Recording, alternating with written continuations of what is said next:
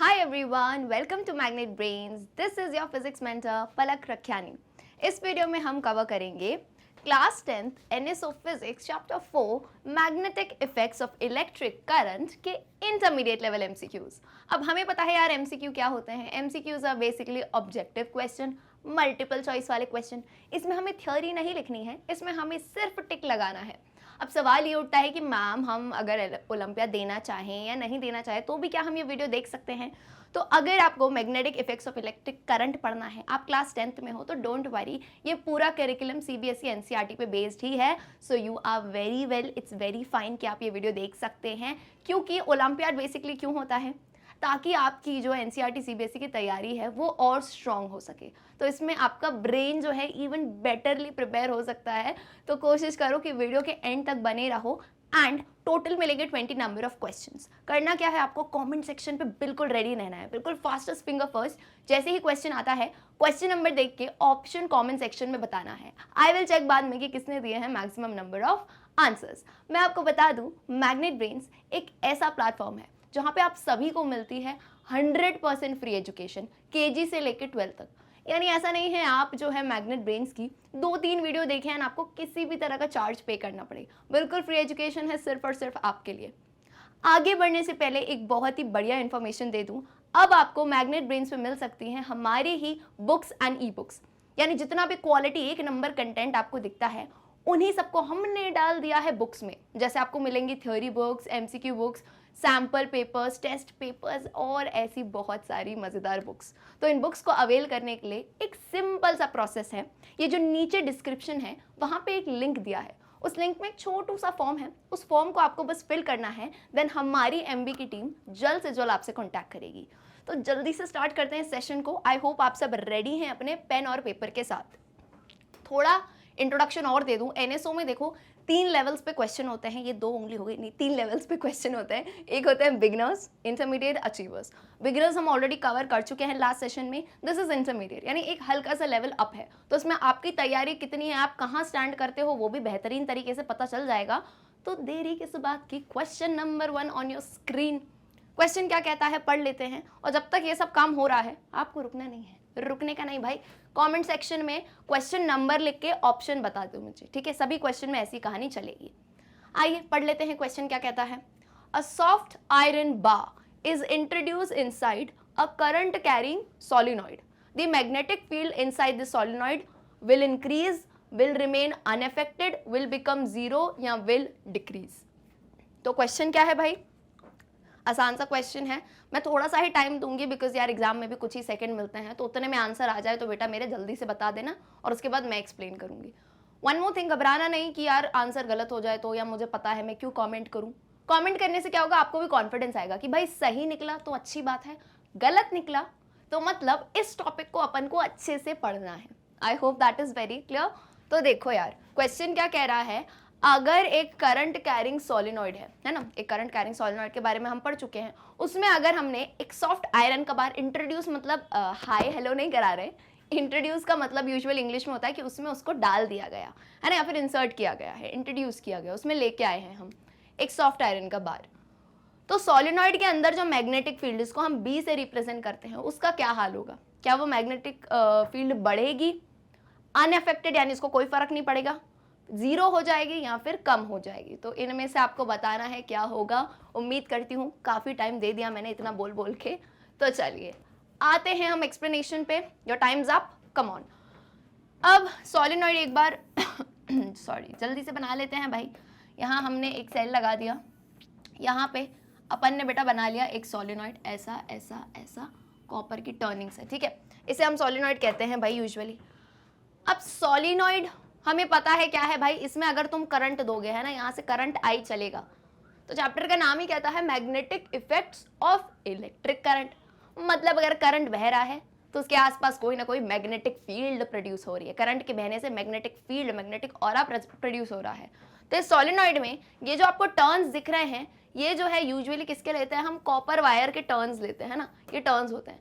अब इसके अंदर बेटा मेरे सॉलिनॉइड हम यूजुअली कैसे बनाते थे, हम ऐसे अंदर एक कोर लेते थे, इसका नाम हम कोर रखते थे. एंड इसी के ऊपर जो है हम क्या डाल देते, कॉपर की वायरिंग.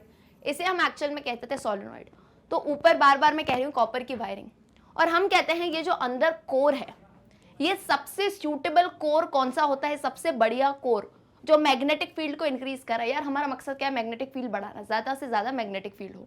तो अगर इसके अंदर कोर में हम सॉफ्ट आयरन कोर रख दे, सॉफ्ट आयरन का बार रख दे, तो बेहतरीन कहानी हो जाएगी। एंड यहाँ पे भी वही हो रहा है, देखो ना, अगर आप इस सोलेनॉइड के अंदर एक सॉफ्ट आयरन कोर को इंट्रोड्यूस कर दोगे तो मैग्नेटिक फील्ड जिसे बी से रिप्रेजेंट करते हैं वो क्या हो जाएगी, इंक्रीज हो जाएगी, बढ़ जाएगी। क्यों? क्योंकि सॉफ्ट आयरन कोर एक मोस्ट सूटेबल मटेरियल है जिससे मैग्नेटिक फील्ड इंक्रीज कर सकते हैं हम सोलेनॉइड के अंदर। तो यानी काफी आसान है। क्वेश्चन नंबर 1 का आंसर आप सभी ने दिया होगा ए करके। तो इस टाइप से जब भी आंसर दो इस टाइप से आना चाहिए। कोई बात नहीं अगर 1 नहीं हो पाया, जिससे हो गया very good. Get ready for question number 2। आजा भाई question number 2 on your screen. ऐसे इसका भी आंसर देंगे हम। The magnetic field lines inside a current carrying solenoid are. मतलब इतना तो समझ गए मैम, सोलेनॉइड बड़ा इंपॉर्टेंट टॉपिक है, काफी क्वेश्चंस आते हैं इस पे। चलो भाई क्वेश्चन कहता है magnetic field lines inside a current carrying solenoid are circular and they do not intersect each other, circular at the ends but they are parallel to the axis inside the solenoid, along the axis and parallel to each other, या फिर perpendicular to the axis and equidistant from each other। यानी solenoid के अंदर, ध्यान से सुनना मेरी बात, मैग्नेटिक फील्ड लाइंस इनसाइड, छोटे छोटे वर्ड्स पे ध्यान दिया करो, या फिर एग्जाम में आए तो उनको मार्क कर दिया करो ताकि आपको बार बार हाईलाइट हो। क्या पूछ रहे हैं, इनसाइड दी सोलेनॉइड, सोलेनॉइड के बाहर नहीं, सोलेनॉइड के अंदर जो मैग्नेटिक फील्ड लाइंस है वो कैसी होती हैं। तो हल्का सा टाइम लो, सोचो, या फिर लगता है तो डायग्राम बना लिया करो जल्दी से, तो उससे आंसर आ जाएगा। ABCD में से आपको क्या आंसर लगता है बताओ, और उसके बाद मैं तो हूँ ही भाई, मैं हूँ ना, मैं बताऊंगी आंसर, लेकिन खुद कोशिश करो यार, एक बार देखो कि आपका दिमाग क्या सोचता है। अगर जब तक पलक मैम नहीं बता रही हैं तो हमारे दिमाग में क्या खिचड़ी पक रही है वो बताओ। ओके एंड कमेंट तो वैसे ही बहुत फास्ट करते हो। देखो जिस टाइम पे मैं आंसर मांग रही हूँ ना उस टाइम चैट वगैरह थोड़ी बंद कर दिया करो, कमेंट सेक्शन पे आ जाया करो, आंसर बता दिया करो, फिर वापस चैट पे चले जाया करो, ठीक है। Alright, okay time is up, हो गया आपका वक्त भाई। आओ, सोलेनॉइड पीछे ही बना दिया था तो उम्मीद करती हूँ याद होगी कहानी। देखो बेटा मेरे, ये अपन सोलेनॉइड का ऐसा टर्निंग बनाते हैं, ठीक है। अब सुनना मेरी बात अच्छे से, ठीक है। इसको अपन एक अलग कलर से थोड़ा रिप्रेजेंट करते हैं और थोड़ा कि आपको दिखाई पड़े। चलो अब यूजुअली मैं एक काम करती हूँ, इधर बना देती हूँ। मतलब हम क्या करना चाह रहे हो, एक्चुअली इसको ना थोड़ा अच्छे से एक्सप्लेन करेंगे तो तुमको समझ आएगा कि क्या स्टोरी है। सोलेनॉइड में यूजुअली जैसे अपन ले लो, यहाँ पे अपन ने एक बैटरी ले ली, ठीक है। ये पॉजिटिव टर्मिनल है, ये नेगेटिव टर्मिनल है। ऑलराइट, अब सोलेनॉइड जब हम देखते हैं इसकी टर्निंग्स भी मैं बना दूँ सिंपली ऐसे ही, है ना। टर्निंग्स पे अभी ज़्यादा ध्यान मत देना, आपका मेन कॉन्सेंट्रेशन होना चाहिए फील्ड लाइंस पे। ये सोलेनॉइड है, ये बैटरी है। अब now what will happen, solenoid के बाहर, मेरी बात अच्छे से सुनना, आउटसाइड और इनसाइड में बहुत फर्क होता है। जैसे याद करो बार मैग्नेट को, ये देखो जब क्वेश्चन सॉल्व करते हैं ना, ये बेस्ट वे है रिवीजन करने का। क्वेश्चन भी सॉल्व हो रहे हैं, साथ साथ में आपका टॉपिक रिवाइज भी हो रहा है। आप रिवीजन का मतलब ना हमेशा से गलत समझते हैं बच्चे कि रिवीजन क्या है, फिर से उस चैप्टर को खोलना, फिर से उसी को पढ़ना। अरे यार जो चीज़ आ गई उसे 10 बार क्यों पढ़ो। आप क्या किया करो, ये हमेशा के लिए है, हर सब्जेक्ट के लिए ये टिप रख लो यार, बिल्कुल फ्री में दे रही हूँ, बिल्कुल पॉकेट में रख लो इस टिप को। क्या कि जब भी रिवीजन करना हो कोशिश करो, बी एट एनी सब्जेक्ट, उसके क्वेश्चंस लगाओ। जितने ज़्यादा क्वेश्चन लगाओगे और जितने गलत जाएंगे तो बेटा आपको समझना है कि मुझे सिर्फ इसी टॉपिक को स्ट्रॉन्ग करना है। जो सही गए मतलब वो आते हैं अच्छे से, है ना, तो आपका टाइम भी वेस्ट नहीं होगा, स्मार्टली यूज होगा। अब इधर सोलेनॉइड की कहानी इतनी आ रही है, मतलब है भाई ये इंपॉर्टेंट। तो देखो आउटसाइड इनसाइड में क्या फ़र्क होता है। यहाँ पे हमें पता है आउटसाइड जब हम देखते हैं तो सर्कुलर और क्लोज्ड कर्व्स में ऐसा कुछ दिखता है हमें सोलेनॉइड, है ना, जस्ट लाइक अ बार मैग्नेट। बार मैग्नेट को याद करो, और इस तरह से फील्ड लाइन आती है। यानी क्या, ये वाला जो पोल है, ये वाला जो साइड है, ये वाला जो बेटा मेरे, अरे पूरे गायब हो गया, नहीं आ गया भाई, आ गया, डर गई मैं।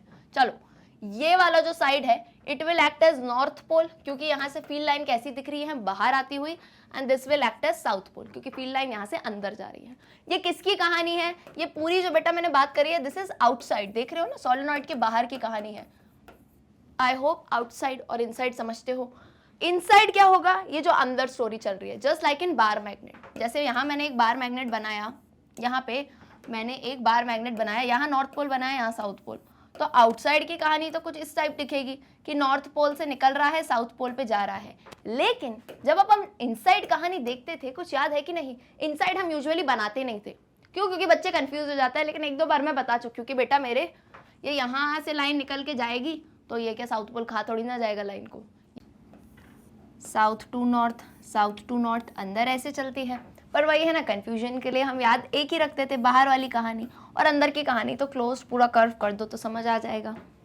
तो इस सोलेनॉइड ने आपका क्या ही बिगाड़ा है। सोलेनॉइड में भी सेम कहानी चलेगी, क्योंकि अगर इससे भी मैग्नेटिक फील्ड यार प्रोड्यूस हो रही है तो मतलब स्टोरी इसकी भी सेम है।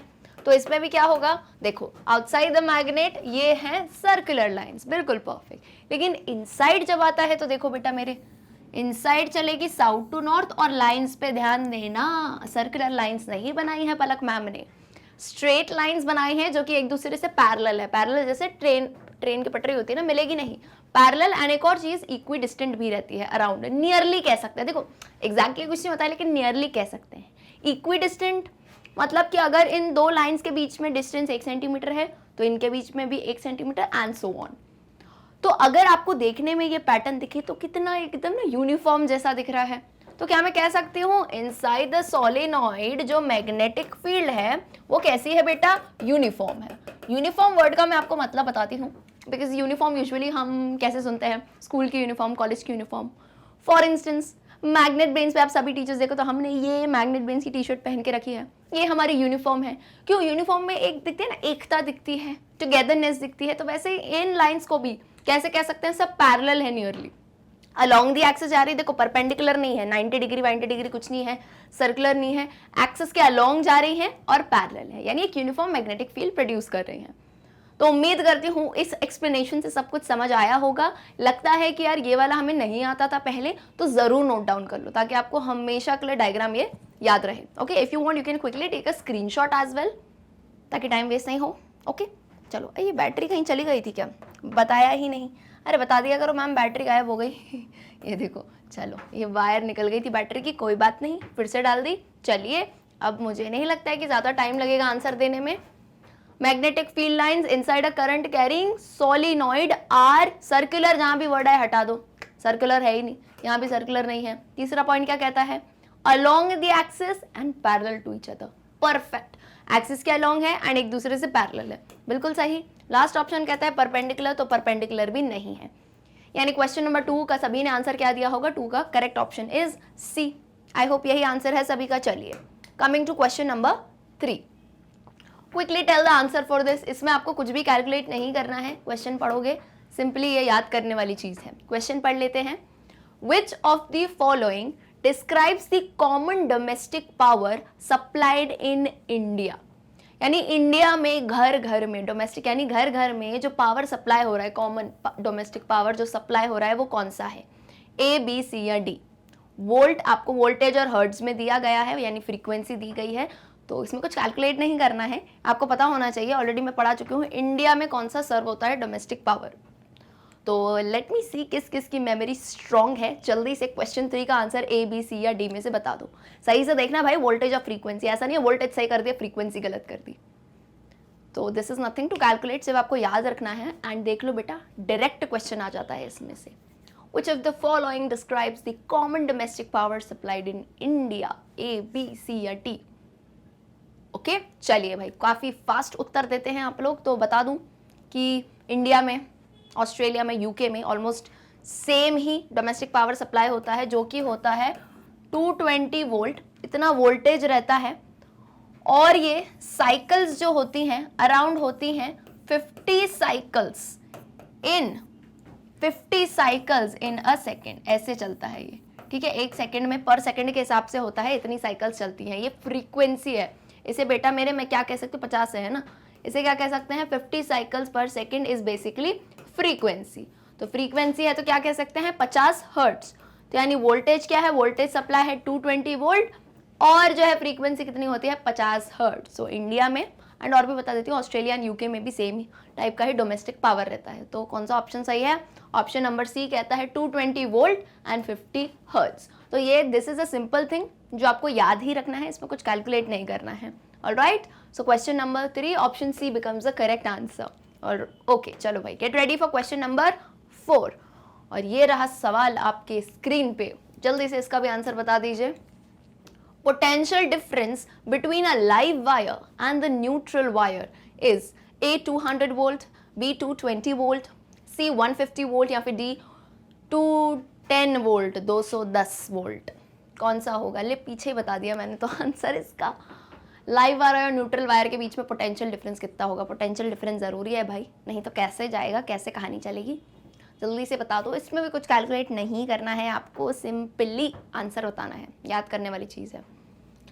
लास्ट टॉपिक था ये जब हमने पढ़ा था डोमेस्टिक सर्किट्स में, लाइव वायर, न्यूट्रल वायर और तीसरी वायर कौन सी थी? Earth wire.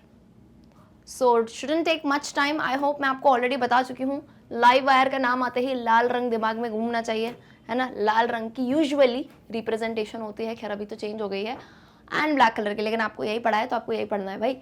रेड कलर की लाइव वायर और ये न्यूट्रल वायर. लाइव वायर क्या करती है बेटा? करंट लेके आती है.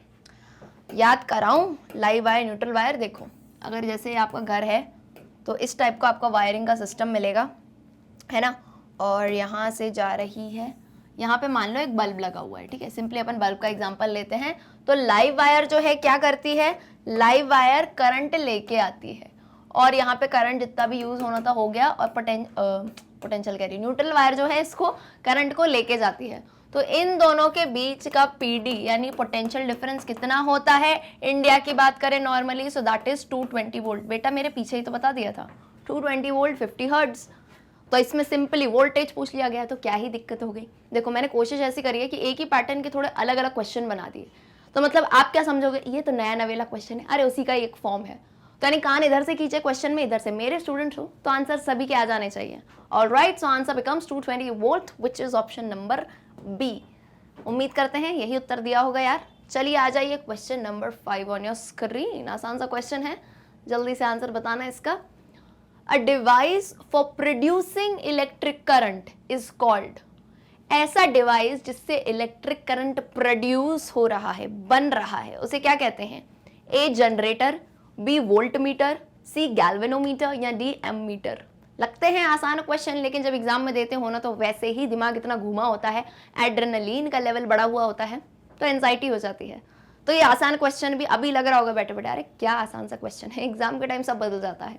So keep your concepts quite clear and yourself relaxed. तो ये मैंने टिप्स वगैरह भी दी थी यूट्यूब शॉर्ट्स में, तो टिप्स देख लेना. 5 टिप्स दिए मैंने एग्जाम के लिए, बढ़िया सी, उनको जाके देखो जल्दी से मैग्नेट ब्रेन्स पे. चलो आइए भाई, device for producing electric current. काफ़ी कुछ पढ़ा है इस डिवाइस के बारे में यार हमने. आ जाओ भाई, कहाँ आ जाओ, याद करो. पूरा एक वीडियो देखा है इस पे जनरेटर के ऊपर यार हमने, AC DC जनरेटर हम देख चुके हैं. अच्छा, इसको मोटर से कंफ्यूज मत करना. मोटर में क्या होता है? मोटर में हम करंट दे रहे हैं और मैकेनिकल एनर्जी ले रहे हैं, मोशन ले रहे हैं, मेहनत ले रहे हैं. लेकिन जनरेटर में क्या होता है? जनरेटर में we already provide mechanical energy, यानी मोशन हम इसमें ऑलरेडी दे रहे हैं, काइनेटिक एनर्जी, मैकेनिकल एनर्जी दे रहे हैं, और उससे हम क्या प्रोड्यूस कर रहे हैं? Electrical energy. एंड मेरा एक सवाल है कि बेटा मेरे जो जनरेटर है ये किसके प्रिंसिपल पे वर्क करता है? एक ऐसा प्रिंसिपल है जिसकी वर्किंग पे हमने AC DC जनरेटर पढ़े हैं, तो वो प्रिंसिपल कौन सा है वो जल्दी से मुझे बताओ कमेंट सेक्शन में. मैं देखना चाहती हूँ किस किस को याद है प्रिंसिपल ऑफ अ जनरेटर. ये यूजुअली आपके बोर्ड्स में भी जब आप जनरेटर के बारे में लिखते हो तो सबसे पहले चीज़ लिखते हो ना, प्रिंसिपल, किस पे ये वर्क करता है, इसकी प्रिंसिपल किस पे है, किसके कंसेप्ट पे बेस्ड है.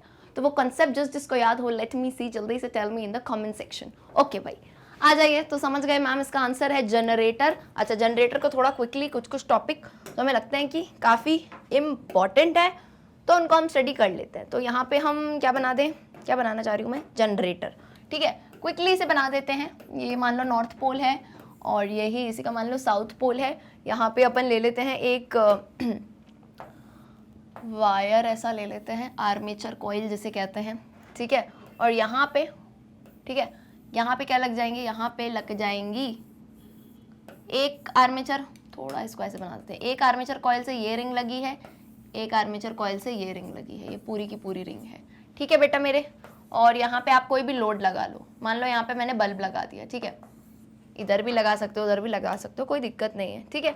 और यहाँ पे एक रहेगा एक्सिल, एक्सिल यानी जिससे इसको हम रोटेट कर रहे हैं, जिसको हम मूव कर रहे हैं। तो फर्क क्या है देखो यार, क्या क्या चीजें दी है जनरेटर में। मैं क्यों बता रही हूँ मैम, क्या जरूरत है, क्योंकि मुझे पता है मोटर और जनरेटर में बहुत कंफ्यूजन आता है कि मैम मोटर भी तो ऑलमोस्ट सेम ही दिखता है, मैं मानती हूँ, लेकिन फर्क क्या है मैं बता रही हूँ। यहाँ पे आपको ये आर्मेचर कॉइल मिलेगा, ये नंबर 1 मैंने लेबलिंग करी है। नंबर 2 देखो बेटा मेरे एक्सिल है, एक्सिल यानी क्या, ये चीज आपको मोटर में नहीं मिलेगी। एक्सिल बेसिकली जनरेटर में हम क्या करते हैं, आप यहाँ तो एक्सिल लगा लो, या कोई वाटर का करंट हो, पानी के फोर्स से, हवा के फोर्स से, ये कॉइल घूमना चाहिए, घुमाने का काम तुम करो, या किसी आदमी को थोड़े 500-1000 रुपए देके जितने भी उसको ड्यूटी पे लगा दो कि भाई इस एक्सिल को घुमाओ, बिकॉज व्हाट वी वांट हम देंगे मैकेनिकल एनर्जी। यहाँ कहीं भी मैंने बेटा मेरे बैटरी नहीं लगाई है, कुछ भी ना सेल ना बैटरी लगाई है, हम इसको करंट देंगे नहीं। अरे करंट हमें तो प्रोड्यूस करना है, इसी से करंट निकालना है, तो एक्सिल है, मैकेनिकल एनर्जी दी है। और ये जो आपको 2 गोले दिख रहे हैं, इनको मैं नंबर क्या देती हूँ, नंबर 3 दे देती हूँ। ये हैं स्लिप रिंग्स, ये स्प्लिट रिंग नहीं है, अनलाइक मोटर। मोटर में स्प्लिट रिंग देखी थी, टूटी अंगूठी, ऐसे मतलब मान लो ये ऐसे टूटी हुई थी, ये पूरी की पूरी अंगूठियां हैं, इन्हें स्लिप रिंग कहते हैं। एक यहाँ से जुड़ी है, एक यहाँ से जुड़ी है। अच्छा एक चीज तो भूल ही गए, याद तो दिला दिया करो यार, ब्रश है, सुबह भी ब्रश करना मत भूलना और यहाँ भी ब्रश को मत भूलना। ब्रशेज लगे हुए होते हैं, तो ब्रशेस क्या है, इनको बस कॉन्टैक्ट में रखने का काम करते हैं। तो 4 नंबर आ गया ब्रशेस का, चौथा नंबर दे देती हूँ, है ना। और अभी ऐसे ही अपन ने रफ डायग्राम बनाया है, एक्चुअल एनसीईआरटी में बनता है वो, पर समझने के लिए तो समझ गए ना। और 5th चीज कुछ नहीं है, लोड होती है, जो चीज आपको चलानी है। अरे करंट चाहिए क्यों, किसी चीज को जलाना होगा, जैसे यहाँ मुझे बल्ब जलाना है तो बल्ब मेरा लोड हो गया, पंखा चलाना है पंखा लोड हो गया। सो what is this, this is basically a generator. ये हम किसकी बात कर रहे हैं, जनरेटर की बात कर रहे हैं। एंड ये भी एसी वाला जनरेटर है, ऑल्टरनेटिंग करंट वाला, क्योंकि इसमें क्या लगी है, स्लिप रिंग लगी है और मैकेनिकल एनर्जी प्रोवाइड करेंगे। तो यहाँ से करंट इंड्यूस हो जाता है, यहाँ से क्या इंड्यूस हो जाता है, करंट इंड्यूस होता है, जिसे इंड्यूस्ड करंट कहते हैं। तो थोड़ा आइडिया लग गया होगा कि थोड़ी देर पहले मैंने एक क्वेश्चन पूछा था प्रिंसिपल के ऊपर, तो इंड्यूस करंट से कुछ याद आ रहा हो तो अभी भी प्रिंसिपल बता सकते हो कमेंट करके।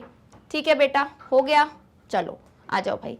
पूरी जनरेटर की वर्किंग ऑलरेडी डिस्क्रिप्शन में प्लेलिस्ट की लिंक है, वहां से रिवाइज कर सकते हो। सो आई होप इसका उत्तर आंसर समझ चुके हो। ए है जनरेटर, सभी ने यही आंसर दिया होगा। आसान क्वेश्चन है, आसान क्वेश्चन में गलती नहीं करना। चलो coming to question number 6। Question number 6 quickly tell answer, theory पे बेस्ड है ये question. An electric motor converts, लो पीछे जनरेटर की बात करी, अब मोटर की बात आ गई। An electric motor converts A electrical energy into heat energy, B electrical energy into mechanical energy, C mechanical energy into electrical energy, या फिर D mechanical energy into heat energy. बोलते बोलते मैंने शायद अगले क्वेश्चन का भी आंसर बता दिया, तो इसमें बच्चा गलती नहीं करना, जल्दी से बताओ।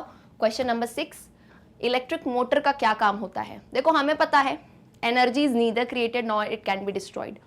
तो जितने भी अपन डिवाइस ले रहे हैं, जनरेटर ले रहे हैं, मोटर, बेटा इसमें एनर्जी हम नहीं बना रहे हैं, हम सिर्फ उसका फॉर्म चेंज कर रहे हैं, यानी एक फॉर्म में ऑलरेडी थी उससे दूसरे में हम कन्वर्ट कर रहे हैं।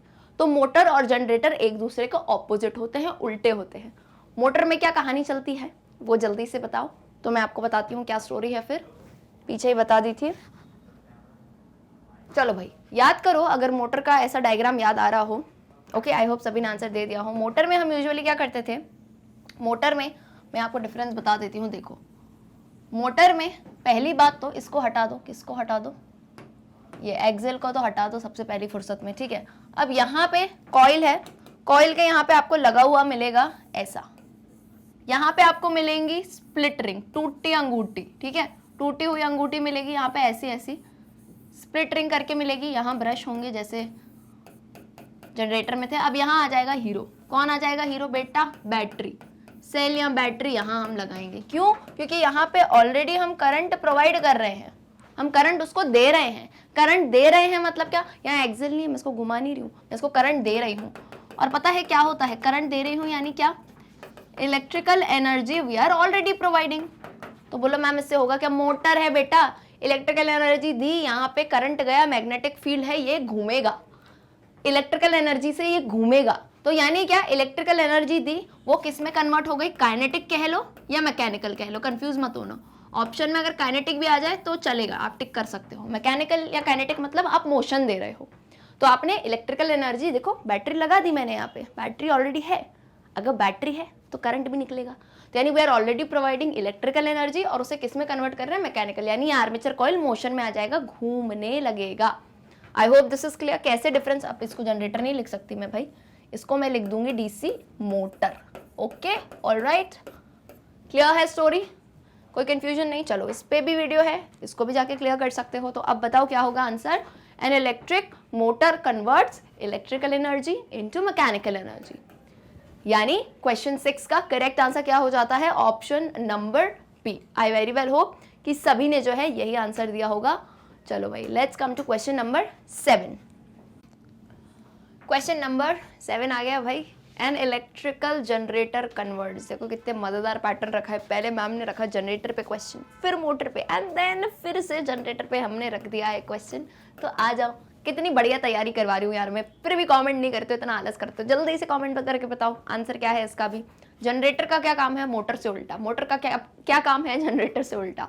तो ये याद कर लोगे ना, आई थिंक ऑलमोस्ट ये चैप्टर काफी आसान हो जाएगा आपके लिए, जनरेटर एंड मोटर। ओलंपियाड के हिसाब से तो काफ़ी बेस्ट रहेगा, जनरेटर और मोटर अच्छे से स्टडी करो, don't take much time. An electrical generator converts electrical energy into chemical energy, mechanical energy into electrical energy, electrical energy into mechanical energy, या फिर मैकेनिकल इनटू हीट। तो मोटर में क्या देखा था, मोटर में हम ऑलरेडी इलेक्ट्रिसिटी दे रहे थे, उसको मैकेनिकल में बदल रहे थे। लेकिन इससे पहले ही मैंने किसका डायग्राम बनाया था, जनरेटर का। जनरेटर में हमने ना बैटरी लगाई थी ना सेल, एक एक्सिल लगाया था जिससे हम मैकेनिकल एनर्जी, अरे वही रामू काका जिसको हमने लगाया था ड्यूटी पे, उनको लगाया था कि भाई आप गोल घुमाओ आर्मेचर कॉइल को। So we were already providing mechanical energy, and उससे हम क्या इंड्यूस करवा रहे थे, करंट, जिसकी वर्किंग प्रिंसिपल मैंने आपसे पूछा था, जो कि मैं उम्मीद करती हूँ बता दिया होगा। तो यानी an electrical generator converts mechanical energy into electrical energy. So your option becomes option B, यानी क्वेश्चन नंबर 7 का करेक्ट आंसर होगा ऑप्शन बी। चलिए coming to question number 8। Question number 8 का आंसर बताओ, let me see, wiring system पे कौन सही आंसर दे सकता है। The ring system of wiring is better than the tree system because it is less expensive, all appliances can be joined in series, less power is consumed in the ring system, या फिर it can work even at low voltage supply। दो type के main wiring system है। Ring system usually I think ये boards का नहीं है सवाल, इतना उसमें नहीं पूछा जाता है, लेकिन आप ओलंपियाड या कॉम्पिटिटिव के हिसाब से पढ़ो, और यही सिर्फ दो, और इसमें भी मैंने बहुत ज़्यादा थ्योरी नहीं बोला था, मैंने कहा था सिर्फ एडवांटेजेस डिसएडवांटेज देख लो कि रिंग सिस्टम में क्या होते हैं और ट्री वाले सिस्टम में क्या होते हैं। तो ये दो सिस्टम है वायरिंग के, उसमें से पूछ रहे हैं कि जो रिंग सिस्टम है वो ट्री से बेटर क्यों है, बेहतर क्यों है। तो इन 4 ऑप्शन में से कोई एक होगा सही आंसर। जिसको पता है तो वो बता सकता है, नहीं पता है तो मैं हूं ना, डोंट वरी, मैं बताऊंगी। ट्री सिस्टम ऑफ वायरिंग थोड़ा याद करो, क्या बताया था हमने कि सभी अप्लायंसेस एक ही जैसे कनेक्ट होते हैं इसमें सीरीज में, और उसमें स्टोरी क्या रहती है, स्टोरी ये रहती है कि एक का फ्यूज उड़ता है तो बाकी सबके उड़ जाते हैं। यानी आपका वॉशिंग मशीन, टीवी हो गया, रेफ्रिजरेटर हो गया, सब में एक ही फ्यूज है। तो यानी आपका टीवी उड़ा, टीवी में कोई प्रॉब्लम आई तो वॉशिंग मशीन, रेफ्रिजरेटर सारे डिवाइस चले जाएंगे। तो ये तो बड़ा बेकार सिस्टम हुआ। दूसरा, रिंग सिस्टम में क्या बेनिफिट है ये आपको बताना है। सो आई थिंक काफ़ी आसान सा इसका आंसर है। देखो रिंग सिस्टम के मैं आपको कुछ बेनिफिट्स बता देती हूँ यहीं पे ही। सबसे पहले तो रिंग सिस्टम में जो है आप वायरिंग जो है ना, वायर्स जो लगती हैं वो आप लो रेटिंग की भी यूज़ कर सकते हो, उस पर भी वर्क करेगा। तो यानी हम कह सकते हैं कॉस्ट फ्रेंडली है या फिर लेस एक्सपेंसिव है as compare to tree system. भाई यार पैसा सब कुछ है यार, हम कहते हैं पैसा सब कुछ इन द सेंस की काम करने के हिसाब से, वैसे पैसा सब कुछ नहीं माने तो बेटर है यार लाइफ में देखो इतने लोग देखे हैं हमने, ये भी एक सीख ले लेना। ऐसा नहीं है कि आप सोच रहे हो हम सक्सेस अचीव करें, पैसा अचीव करें तो लाइफ में शांति आएगी, नहीं, वो शांति आपके अंदर ही है। चाहे आपके पास 1 भी रुपया नहीं हो या आपके पास 1 करोड़ रुपया हो, अंदर की शांति होगी ना तो सब चंगा सी।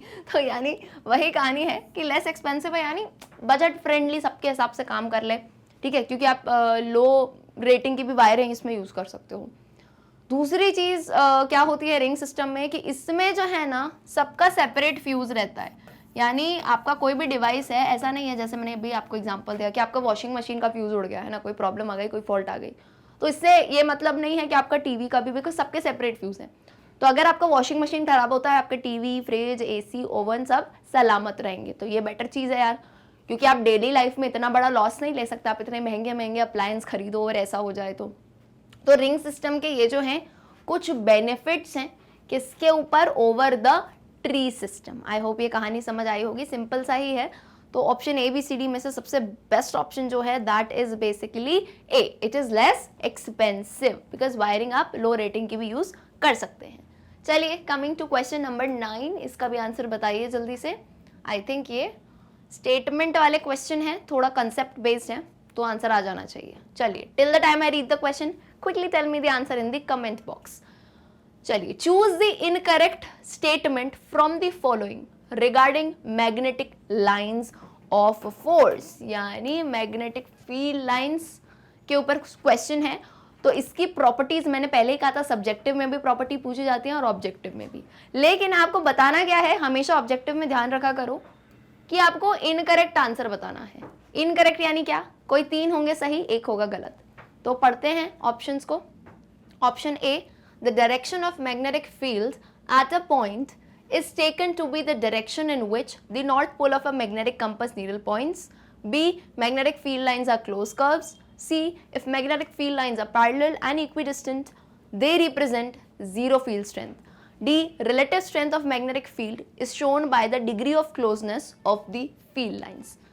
तो ये 4 आपके ऑप्शन है, मतलब 3 सही हैं और एक कोई इनकरेक्ट स्टेटमेंट है मैग्नेटिक फील्ड लाइंस पे।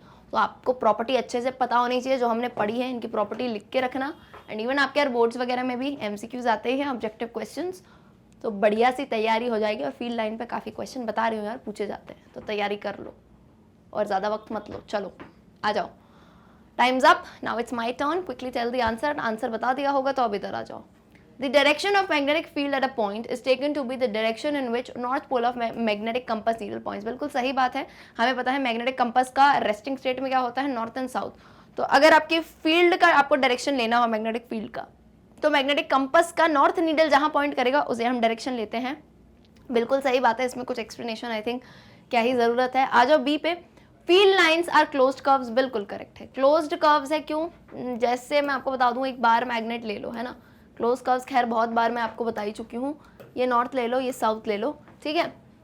अब ये बार मैग्नेट है, ठीक है, ये बार मैग्नेट है, हमें पता है आउटसाइड द मैग्नेट, बाहर से कहाँ से निकलती है लाइन बेटा, नॉर्थ से निकलती है, साउथ को जाती हैं, ऐसी दिखती हैं।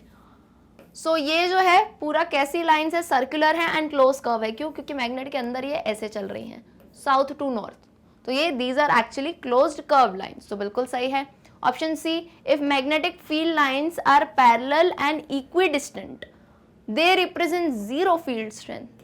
अभी आई थिंक पिछला क्वेश्चन, कुछ पिछला नहीं मतलब थोड़े प्रीवियस क्वेश्चन में हमने एक चीज पढ़ी थी बेटा, कि मैग्नेटिक फील्ड लाइंस अगर पैरेलल और इक्विडिस्टेंट है, जैसे मान लो अगर ये लाइंस कुछ ऐसी ऐसी हैं, ऐसी निकलती हुई आ रही हैं और ऐसी आ रही हैं, पैरेलल हैं और इक्विडिस्टेंट है। तो अभी मैंने आपको बताया था अगर कोई भी चीज़ पैरेलल और इक्विडिस्टेंट लगे तो कितनी सुंदर सी लग रही है, सुंदर सी यानी एकदम यूनिफॉर्म दिख रही है। तो हम क्या कह सकते हैं, मैग्नेटिक फील्ड कैसी है, यूनिफॉर्म, यूनिफॉर्म मैग्नेटिक फील्ड है। और यहाँ क्या लिख दिया, फील्ड स्ट्रेंथ 0 है, ऐसा नहीं है भाई, 0 क्यों हो गई फील्ड स्ट्रेंथ, ये तो यूनिफॉर्म मैग्नेटिक फील्ड स्ट्रेंथ है, तो यानी ये ऑप्शन हो जाता है इनकरेक्ट। एक बार जल्दी से किस पे, ऑप्शन 4 पे भी नजर डाल ही दो। Relative strength of magnetic field is shown by the degree of closeness of field lines. Yes, जितनी क्लोज होंगी आपकी फील्ड लाइंस उससे आप क्या निकाल सकते हो, मैग्नेटिक फील्ड की स्ट्रेंथ को। जैसे जहां पे ज्यादा मैग्नेटिक फील्ड लाइंस है, हम क्या कहते हैं, पोल पे बहुत ज्यादा मैग्नेटिक स्ट्रेंथ होती है, तो वहां पे आपको फील्ड लाइन ज्यादा देखने को मिलेंगी। ओके, जहां कम देखने को मिलेंगी यहाँ वहां स्ट्रेंथ कम है, तो ये आंसर बिल्कुल सही है। तो यानी ऑप्शन सी हो जाता है क्वेश्चन 9 का करेक्ट आंसर। ये है हमारा इनकरेक्ट वाला स्टेटमेंट। आई होप ये क्वेश्चन समझ आ गया होगा। Let's come to question number 10. Quickly tell the answer of this. आधा पड़ाव हमने पार कर लिया है, सिर्फ 10 और क्वेश्चन बचेंगे, फिर इसका आंसर सही से दो। The magnetic field near a long straight wire is described by. एक long straight wire में हम magnetic field को कैसे describe कर सकते हैं? A, straight field lines parallel to the wire. B, straight field lines perpendicular to the wire. C, concentric circles center on the wire. Or is it D, radial field lines starting from the wire? तो आपको एक long straight wire याद कर लो, यानी straight conductor की जो हम बात करते हैं, है ना, स्ट्रेट कंडक्टर की बात करते हैं। फॉर इंस्टेंस ऐसा ले लो, कोई ऐसा स्ट्रेट सा कंडक्टर है ना, या स्ट्रेट सी ऐसी वायर है, इसमें हम फील्ड लाइंस को कैसे रिप्रेजेंट करेंगे? करंट कैरिंग मान लो ये है, ये लो भैया लगा दिया, बैटरी भी लगा दी, और बोलिए कुछ चाहिए तो है, ये अपन ने कंडक्टर बना दिया, स्ट्रेट वायर बना दी एक, ऐसे ले लो स्ट्रेट, ऐसे ले लो, एक ही बात है, ठीक है। उसको आप कैसे बता सकते हो फील्ड लाइंस, आप उसमें कैसे बताओगे? फील्ड लाइंस पैरेलल हैं, परपेंडिकुलर है, कॉन्सेंट्रिक सर्कल्स हैं, या फिर रेडियल फील्ड लाइंस है? तो मुझे नहीं लगता है ज़्यादा वक्त लगेगा इसमें। देखो कैसे बनाते हो हमेशा फील्ड लाइंस, कुछ ऐसे करके सर्कुलर टाइप की, यहाँ से निकल के, यानी इसको अगर अपन मान ले नॉर्थ पोल, इसको मान ले साउथ पोल, तो कुछ इस टाइप से आपको दिखेंगे फील्ड लाइंस ऐसी जाती हुई। तो बेटा एक ऐसी फील्ड लाइन से कॉन्सेंट्रिक सर्कल के फॉर्म में मैं और बनाऊंगी और बन जाएंगे, और बनाऊं और बन जाएंगे। इस टाइप के कॉन्सेंट्रिक आपको कैसे दिखते हैं? सर्कल दिखते हैं। कॉन्सेंट्रिक सर्कल का मतलब होता है, जैसे मान लो ये एक सेंटर है, ये एक छोटा सर्कल बनाया है, इसका सेंटर यही है O, बड़ा सर्कल बनाया उसका सेंटर भी O है, ये सर्कल बनाया इसका सेंटर, यानी एक ही सेंटर लेके हम सर्कल्स बनाते जाएं। So these are concentric circles. तो यानी क्वेश्चन नंबर 10 का करेक्ट आंसर हो जाता है ऑप्शन सी। होपफुली सभी ने यही आंसर दिया होगा। चलिए भाई, coming to question number 11। Question number 11 है भाई, इसका आंसर बताइए। Till the time we will read the question. Commercial electric motors do not use. अच्छा भाई, पूछ रहे हैं जो इलेक्ट्रिक मोटर वोटर होते हैं, देखते हो कमर्शियली यानी मार्केट वार्केट वाले जो मोटर होते हैं वो क्या यूज नहीं करते हैं? Do not use A an electromagnet to rotate the armature, B, a permanent magnet to rotate the armature, C, a soft iron core on which the coil is wound, or is it D, effectively large number of turns of conducting wire in the current carrying coil? Practical सा सवाल है बड़ा, motor को याद करो, motor में क्या use नहीं करते थे, बहुत अच्छे से बताया था मैंने। यूजुअली बेसिकली मोटर में कौन सा टाइप का चीज़ नहीं यूज़ होती है? डू नॉट, यानी इन तीन को यूज़ कर सकते हैं, किसी तीन को यूज़ कर सकते हैं, किसी एक को यूज़ नहीं करते हैं। तो ये आपको भाई देखना है। कमर्शियल इलेक्ट्रिक मोटर, मोटर यहाँ बना हुआ है क्या? हाँ भाई, लो यार मोटर भी बना हुआ है, क्या ही दिक्कत है। तो ये जो आप यूज़ करते हो कॉइल, इसको रोटेट करने के लिए क्या यूज़ नहीं किया जाता है? सिंपली पूछा बस what is not used, so you have to tell that. तो 2 मिनट मोटर दिखा रही हूँ, मोटर से कुछ याद आ जाए कहानी। तो अब इस क्वेश्चन का देखो और आंसर बताओ। देखो यहाँ पे आपको बाकी जो भी ऑप्शन दिख रहे हैं ना, ये पहला ऑप्शन कह रहा है इलेक्ट्रोमैग्नेट, दूसरा तो परमानेंट मैग्नेट, ये अलग बात हो गई। Soft iron core on which coil is wound, ये थोड़ा सोलेनॉइड की तरह एक्ट करता है। सोलेनॉइड भी क्या है बेटा? एक इलेक्ट्रोमैग्नेट है, ठीक है। और effectively large number of turns of conducting wire in the current carrying coil, यानी टर्न्स बढ़ा दिए, तो ये भी क्या है? एक सोलेनॉइड टाइप मान लो, इलेक्ट्रोमैग्नेट है। तो बेटा पैटर्न निकाल लिया करो, 3 इलेक्ट्रोमैग्नेट की कहानी है, एक परमानेंट मैग्नेट है। तो इलेक्ट्रिक मोटर में परमानेंट मैग्नेट यूज़ नहीं होते हैं, वजह बता रही हूँ, ऐसे ही नहीं मैम पैटर्न के बेस पे बोल रहे हो। परमानेंट मैग्नेट यूज़ क्यों नहीं किए जाते हैं? क्योंकि बेटा ये जो मैग्नेटिक फील्ड प्रोवाइड करता है ना, बहुत ही लो होती है। परमानेंट मैग्नेट इतना, नाम परमानेंट है लेकिन इतनी स्ट्रॉन्ग मैग्नेटिक फील्ड नहीं दे पाता है as compare to electromagnet.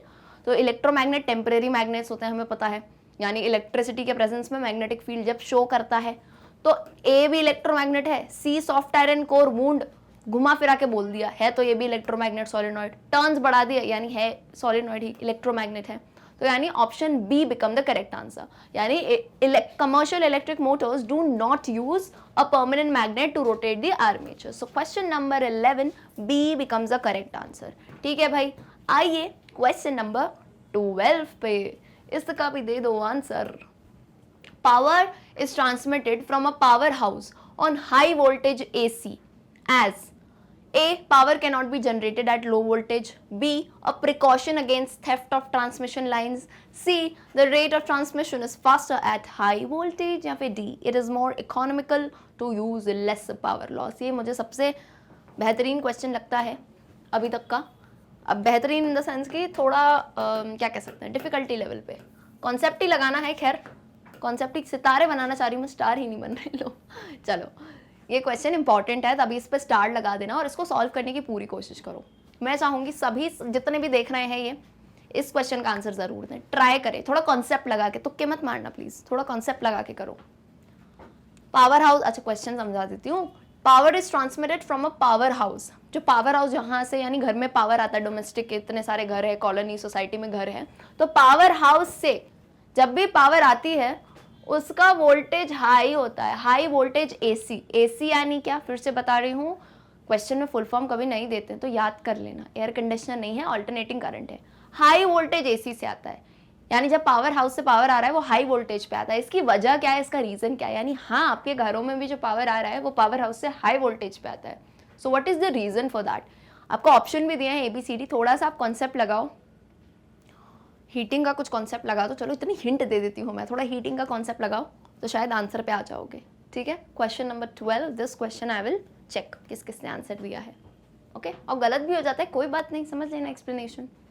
Okay, ऐसा क्या रीजन है। सो आई थिंक थोड़ा टाइम चाहिए तो वीडियो पॉज करके ले सकते हो।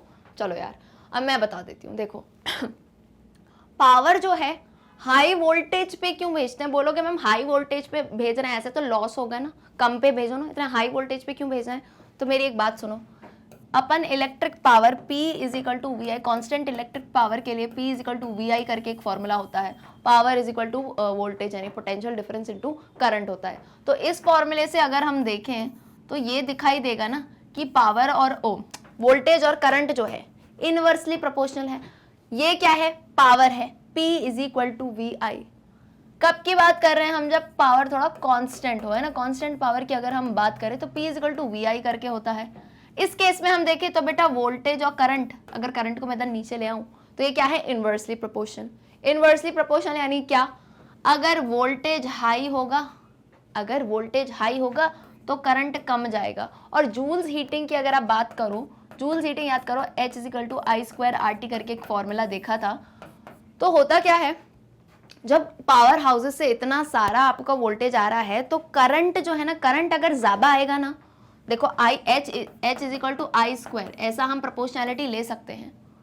तो यानी अगर करंट ज्यादा आएगा बेटा तो करंट के स्क्वायर में हीट बढ़ेगी, यानी हीटिंग से बहुत ज्यादा लॉस हो सकता है। और हमारा मकसद क्या है, एनर्जी को बचाना। भाई एनर्जी वैसे ही इतनी कम है, आगे की पीढ़ियां, आगे की जनरेशन के लिए रखनी है कि नहीं, तो उसमें ही आधी पावर लॉस हो जाएगी, कैसे मजा आएगा भाई। तो करंट हम क्या चाहते हैं, करंट कम जाए, क्योंकि अगर करंट ज्यादा जाएगा तो H डायरेक्टली प्रोपोर्शनल है आई स्क्वायर के, यानी करंट के स्क्वायर में हीट बढ़ेगी। अगर करंट 2 है तो हीट 4 बढ़ जाएगी, है ना। करंट 10 है तो हीट कितनी, अरे भाई बोलो मैम बस इतने हिसाब मत लगाओ, हम समझ गए कि कितना ज्यादा हीटिंग से लॉस हो जाएगा। सो अगर इस केस में हम अगर हाई वोल्टेज से भेजेंगे पावर तो यानी करंट कम होगा, करंट कम होगा तो हीट से लॉस भी कम होगा। तो यानी कहानी समझे कि नहीं यानी कहानी समझे, कौन सी कहानी है कि आपके लिए जो है ये ज्यादा इकोनॉमिकल है क्योंकि पावर लॉस कम होगा इस केस में। So it is more economical due to less power loss. Usually जब भी हम डोमेस्टिक सर्किट या ऐसे वाले केसेस की बात करते हैं ना तो इकोनॉमिकल चीज़ बहुत मैटर करती है। इलेक्ट्रिसिटी वाले चैप्टर्स हैं, इस टाइप की चीज़ों में ना इकोनॉमिकली यानी फीजिबल भी होना चाहिए कि इतना लॉस हम अफोर्ड नहीं कर सकते हैं। तो option D becomes a correct answer. क्या कहता है, power is transmitted from a power house on high voltage AC as it is more economical due to less power loss. तो ऑप्शन डी बन जाता है correct answer. I hope concept से समझे होगे, तभी हिंट दे रही थी मैं कि हीटिंग, जूल्स हीटिंग को याद करो तो शायद समझ आए। चलो ठीक है, चलिए कमिंग टू क्वेश्चन नंबर 13, इसका भी आंसर बताओ। A positively charged particle moving due east enters a region of uniform magnetic field directed vertically upwards. The particle will, अच्छा भाई पॉजिटिवली चार्ज पार्टिकल की कहानी है ये, और पूछ रहे हैं कि बताओ उसका आगे क्या होगा। तो आपको कॉन्सेप्ट थोड़ा डायग्राम बना के करोगे तो आ जाएगा आंसर। बताना है A, B, C या D में से क्या आंसर है।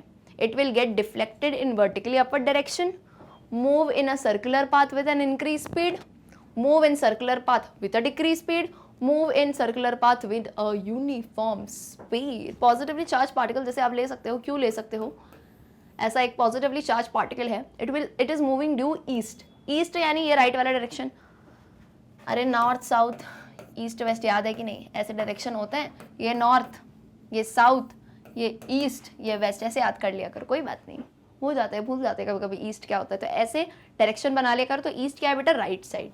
ड्यू ईस्ट यानी ये जो चार्ज पार्टिकल है, पॉजिटिवली चार्ज पार्टिकल है, कहाँ मूव कर रहा है, ईस्ट की तरफ, इस साइड पे मूव कर रहा है। It enters a region of uniform magnetic field directed vertically upwards, यानी ये एक ऐसी यूनिफॉर्म मैग्नेटिक फील्ड में एंटर कर जाता है जो कि कैसी है, वर्टिकली अपवर्ड है। तो आपको बताना है कि मैग्नेटिक फील्ड नहीं, पार्टिकल का क्या होगा, ऊपर चला जाएगा, सर्कुलर पाथ में मूव करेगा, डिक्रीज स्पीड हो जाएगी, या फिर 3 में तो सर्कुलर पाथ है, एक में है इंक्रीज स्पीड, एक में है डिक्रीज स्पीड, एक में है यूनिफॉर्म स्पीड। तो इस पार्टिकल की कहानी को थोड़ा समझो, थोड़ा याद करो क्या पढ़ा है हमने। फ्लेमिंग साहब के लेफ्ट, चलो हिंट कितनी दे देती हूँ मैं, फ्लेमिंग साहब का लेफ्ट हैंड रूल लगा लो तो भी आंसर आराम से बता सकते हो। राइट साइड की ये जब कहानी हो जाएगी तो सिंपली आप जो है मैग्नेटिक फील्ड भी समझ जाओ क्या होगी। एक मैंने आपको चीज़ बताई थी क्रॉस और डॉट करके, तो इस चीज़ को याद रखना है ना, क्रॉस, क्योंकि ये मतलब ओलंपियाड के हिसाब के क्वेश्चंस में ज़रूरी है। डॉट यानी वर्टिकली अपवर्ड बाहर निकलती हुई, फील्ड क्रॉस यानी अंदर जाती हुई। तो इस केस में अपवर्ड की कहानी है, तो हम ऐसे ऐसे ऐसे ऐसे कुछ मैग्नेटिक फील्ड है, ठीक है भाई, ऐसी ऐसी मैग्नेटिक फील्ड है, ये मैंने बना दी।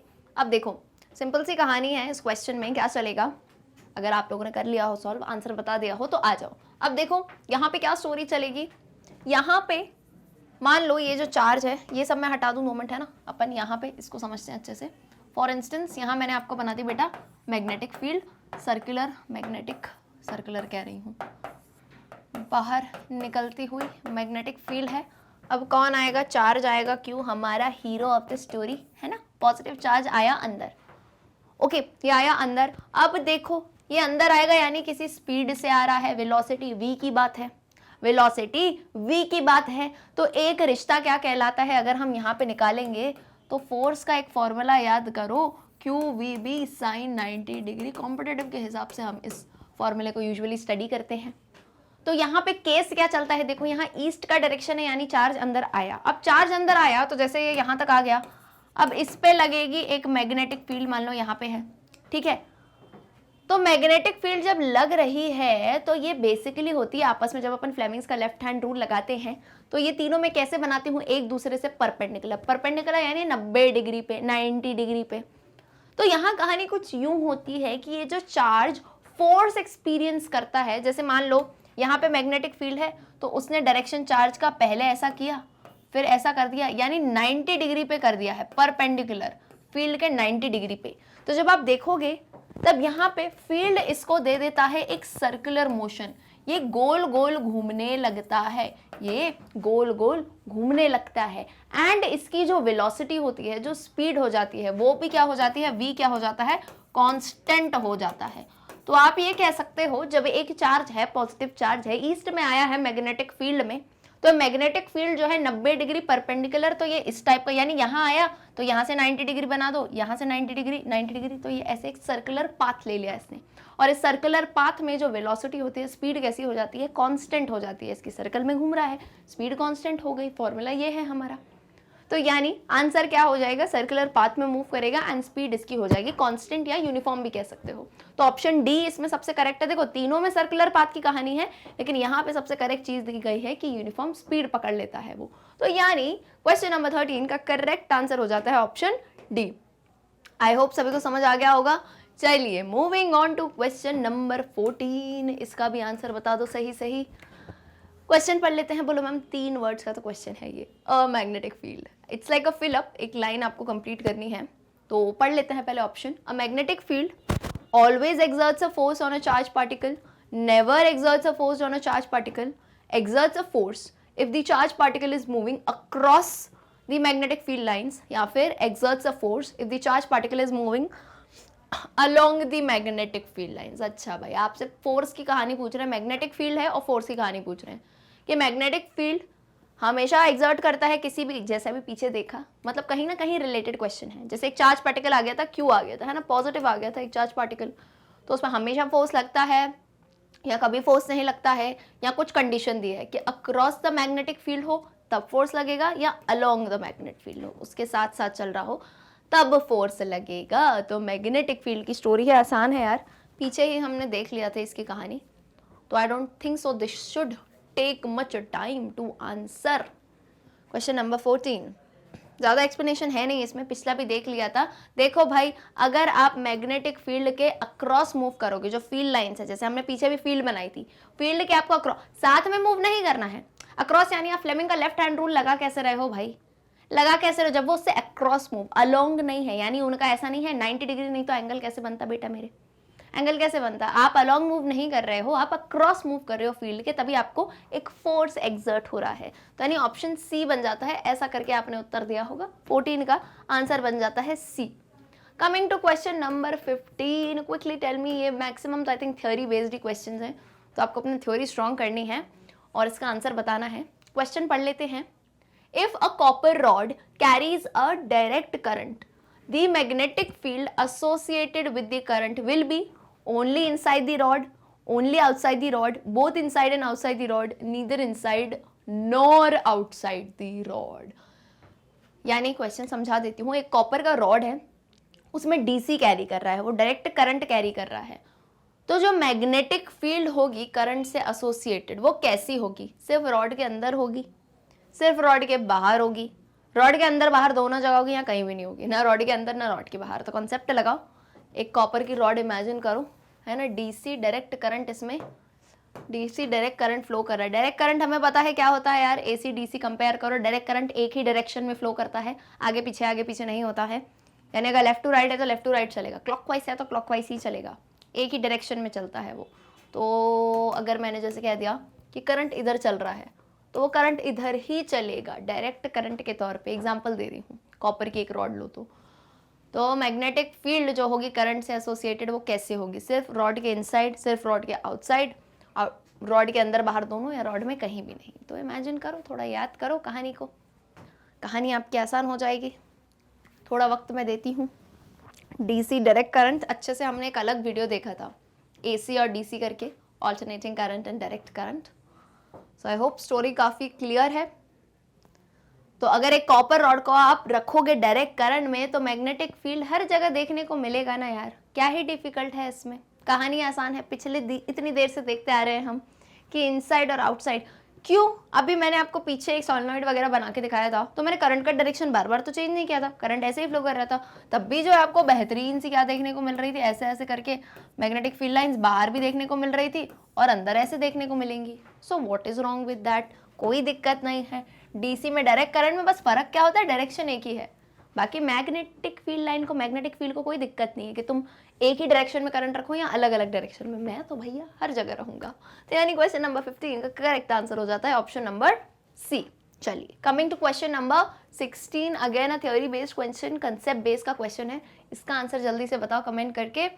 और एक चीज़ और करना, लास्ट में याद रखना, हमें स्कोर जैसे ही हर बार हम करते हैं अपना स्कोर बताते हैं, 20 में से कितने मार्क्स आए हैं, 10 आए हैं, 20 आए हैं, पूरे के पूरे 1 मार्क्स आया हो, 0 आया हो, कितने आया हो बताओ। क्यों?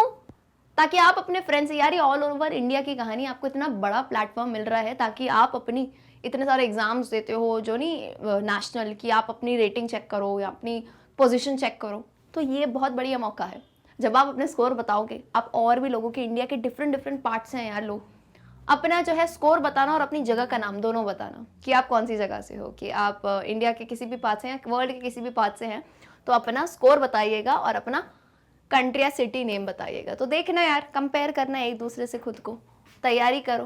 कंपेयर कर रही हूँ, इट्स नॉट लाइक, देखो कंपटीशन ज़रूरी नहीं कंपटीशन हर बार बुरा हो, हेल्दी कंपटीशन अच्छा होता है। तो आप कंपेयर कर सकते हैं, अच्छा यार बाकी सबके आ रहे हैं अच्छे मार्क्स, तो हम और तैयारी कर सकते हैं और मेहनत कर सकते हैं, है कि नहीं। अच्छा, क्वेश्चन पढ़ लेते हैं। Question number 16, an electric charge in uniform motion produces an electric field only, a magnetic field only, both electric and magnetic fields, no such field at all. अच्छा भाई, एक इलेक्ट्रिक चार्ज को आपने यूनिफॉर्म मोशन दे दिया है, ठीक है, एक यूनिफॉर्म मोशन से, एक यूनिफॉर्म मान लो जैसे ये क्यू है, पॉजिटिव चार्ज है, ठीक है, इसको आपने एक यूनिफॉर्म मोशन दे दिया, एक v स्पीड से मूव कर रहा है। मोशन यानी क्या? चल रहा है, दौड़ रहा है, जो भी कर रहा है, स्पीड से मूव कर रहा है, v उसकी स्पीड है। तो वो चार्ज क्या प्रोड्यूस करेगा? सिर्फ एक इलेक्ट्रिक फील्ड प्रोड्यूस करेगा, सिर्फ एक मैग्नेटिक फील्ड प्रोड्यूस करेगा, इलेक्ट्रिक मैग्नेटिक दोनों फील्ड प्रोड्यूस करेगा, या फिर ऐसी भाई कोई भी फील्ड प्रोड्यूस नहीं होने वाली है, ये आपको बता रहा है। तो बहुत ही आसान सी स्टोरी है ये, तो पूरा मतलब ये क्वेश्चन नहीं आया तो बहुत गलत बात है यार। क्यों? क्योंकि आप जो कॉन्सेप्ट पढ़ रहे हो चार्ज का, इलेक्ट्रिसिटी और ये वाले चैप्टर का दोनों मिक्स कॉन्सेप्ट है, यानी बोलते हैं ना चैप्टर शुरुआत की है, बात करी है, तो ये बेस है। मैं हमेशा कहती हूँ बिगिनर्स और इंटरमीडिएट के लेवल के क्वेश्चन सबसे बेस्ट होते हैं। बच्चे कहते हैं हम हाई लेवल के क्वेश्चन लगाए, अरे भाई अपने बेस को स्ट्रॉन्ग करो, क्योंकि मैक्सिमम नंबर ऑफ क्वेश्चन यही आते हैं। अचीवर या हाई ऑर्डर वाले क्वेश्चन 2, 3 या 5 मुश्किल से आते हैं, मुश्किल से भाई, ठीक है, मैक्सिमम क्वेश्चन यही आते हैं। चलिए भाई, क्या ही दिक्कत है, दोनों फील्ड प्रोड्यूस होंगी ना, कैसी बात कर रहे हो भाई। बोलो मैम चार्ज है तो इलेक्ट्रिक फील्ड तो ये लेके घूमेगा ही, ठीक है, इलेक्ट्रिसिटी में पढ़ चुके हो, ये थी इलेक्ट्रिसिटी की बात, ठीक है, तो ये तो गलत करना ही मत, पिछले चैप्टर पढ़ चुके हो अच्छे से। अब दूसरा चैप्टर बेस्ड किस पे है कि अगर कहीं करंट बह रहा है, अगर करंट है तो वो अपने अराउंड एक मैग्नेटिक फील्ड प्रोड्यूस करता है। कब तक करेगा? When flow of current is there, जब तक करंट बहेगा तब तक मैग्नेटिक फील्ड प्रोड्यूस होगी। एंड फ्लो ऑफ करंट का मतलब क्या होता है? करंट में बेटा कौन बह रहा है? चार्जेस बह रहे हैं, है ना, तो बात तो वही हो गई। यहाँ पे बहना मैं फ्लो ऑफ करंट कहूँ, फ्लो ऑफ चार्जेस कहूँ, तो इस चार्ज को भी तो आपने फ्लो कराया है, बोला है ना मोशन में है, एक स्पीड दी है। अगर स्पीड में चार्ज बहेगा, अगर अच्छा मान लो ये पॉजिटिव नहीं है, मान लो ये नेगेटिव है, कोई दिक्कत नहीं है, इलेक्ट्रॉन ले लो, अगर ये बहेगा तो यानी करंट प्रोड्यूस होगा, फ्लो ऑफ करंट होगा, तो ऑफ कोर्स ही बात है इलेक्ट्रिक फील्ड तो पहली बात हो गई थी, अपनी चार्ज है तो इलेक्ट्रिक फील्ड तो रहेगी ही, और दूसरी क्या आ जाएगी? मैग्नेटिक फील्ड भी आ जाएगी, ठीक है। तो यानी दिक्कत कोई नहीं है, दोनों फील्ड आपको देखने को मिलेगी। इतना बेसिक और अच्छा क्वेश्चन है ये, लेकिन इसमें कंफ्यूज हो जाते हैं। तो आई होप जिसने आंसर दिया है 16 का सी, वेरी गुड, आपके बेसिक्स बेटा बिल्कुल क्लियर है। चलिए कमिंग टू क्वेश्चन नंबर 17, कुछ the answer to this till the time हम प्रश्न पढ़ लेते हैं। क्या है? In a safety fuse the temperature to which the wire gets heated does not depend on the radius of the wire, the type of alloy used, the magnitude of the current, या none of these. आइए, अच्छा question है यार, बढ़िया। Safety fuse के ऊपर है। Fuse पढ़ा था, फ्यूज सर्किट वगैरह में फ्यूज उड़ जाता है जो सेफ्टी के लिए यूज किया जाता है। इसके लिए मैंने बताया था कि बॉर्डर पे जो आर्मी नहीं होती है, यानी जो हमारे सैनिक तैनात हैं भाई, हमारी रक्षा कर रहे हैं, हमारे लिए कुर्बानी देते हैं, या फिर वहाँ तक मत जाओ, बॉर्डर तक तो घर में ही देख लो। घर में हमारे पेरेंट्स हो गए, बड़े भाई बहन, ग्रैंड पेरेंट्स, जो कि हमारे प्रोटेक्शन करते हैं, छोटे भाई बहन भी करते हैं आजकल तो प्रोटेक्शन, तो मतलब जो हमारे लिए अपनी जान कुर्बान करते हैं, वो है फ्यूज़। फ्यूज़ की कहानी मैं ऐसे ही समझाती हूँ। अच्छा, क्वेश्चन क्या पूछ रहा है वो बता देती हूँ ना। Safety fuse the temperature to which the wire gets heated, जिस टेम्परेचर पे वायर हीट हो जाता है वो किस पे डिपेंड नहीं करता है, डज नॉट। यहाँ पे इन क्वेश्चन पे नॉट पे जरूर ध्यान दिया करो, एकदम से नॉट लगा देते हैं, ठीक है। तो इनमें से किस पे डिपेंड नहीं करता है? वायर के रेडियस पे, वायर जिस टाइप का आपने अलॉय यूज किया हो उस पे, मैग्नीट्यूड ऑफ करंट यानी कितना करंट बह रहा है, ज़्यादा बह रहा है, कम बह रहा है, या फिर नन ऑफ दीज, इनमें से किसी पे डिपेंड नहीं करती है। ऐसा जल्दी बताओ इसका आंसर क्या होगा।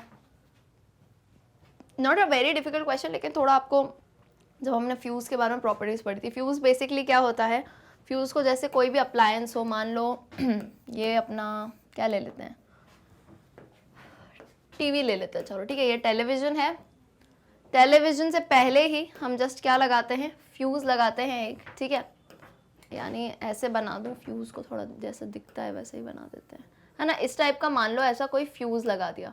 तो बेसिकली क्या होता है, काफ़ी सारी कंडीशंस होती हैं, यानी हो सकता है कभी ओवरलोडिंग हो जाए, बहुत सारा करंट आ जाए, या ऐसी कोई कंडीशन बन जाए, तो ये फ्यूज़ जो है इसको बचाने के लिए, किसको, हमारे टीवी को बचाने के लिए अपनी जान दे देता है। ये खुद क्या हो जाता है, ये खुद जनाब मेल्ट डाउन हो जाता है, यानी सर्किट को ये बीच में से तोड़ देता है, या तो ऐसे हटा देगा, ऐसे हटा देगा, सर्किट ब्रेक हो जाता है। ये मेल्ट हो गया तो बेटा कुछ भी नहीं बचेगा यहाँ पे।